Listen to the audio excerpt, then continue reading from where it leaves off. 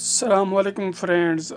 अभी रात के 12:23। अभी मैं ड्यूटी से आया हूँ सऊदीया में ये टाइम, और पाकिस्तान में 2:23। तो अभी मैडम ने मेरे लिए खाना भिजवाया है, देखते हैं इसमें क्या है।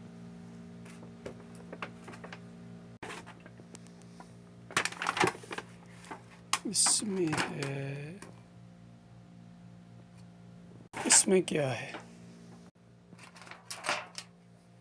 इसमें चिप्स हैं और स्टिक्स हैं। अभी इतना खाना कौन खाएगा? अभी तो नींद का टाइम हो गया है। अगर खाना खा लिया तो फिर नींद नहीं आएगी, और सुबह फिर फजर टाइम ड्यूटी के लिए उठने हैं। थोड़ा बहुत खा लेते हैं, बाकी रख लेते हैं। इसी गाय से बना हुआ है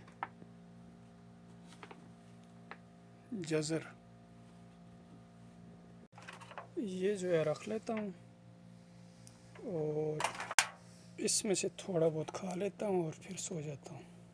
ये जो है मिरिंडा है, यहाँ पे ये मिलता है 2 रियाल 50 इलाला, 2.5 रियाल का, तकरीबन 290 रुपये पाकिस्तानी बनता है ये, 330 ml। ये सऊदी है भाई, यहाँ पे पैसे कमाने के लिए अपनी नींद की कुर्बानी देनी पड़ती है।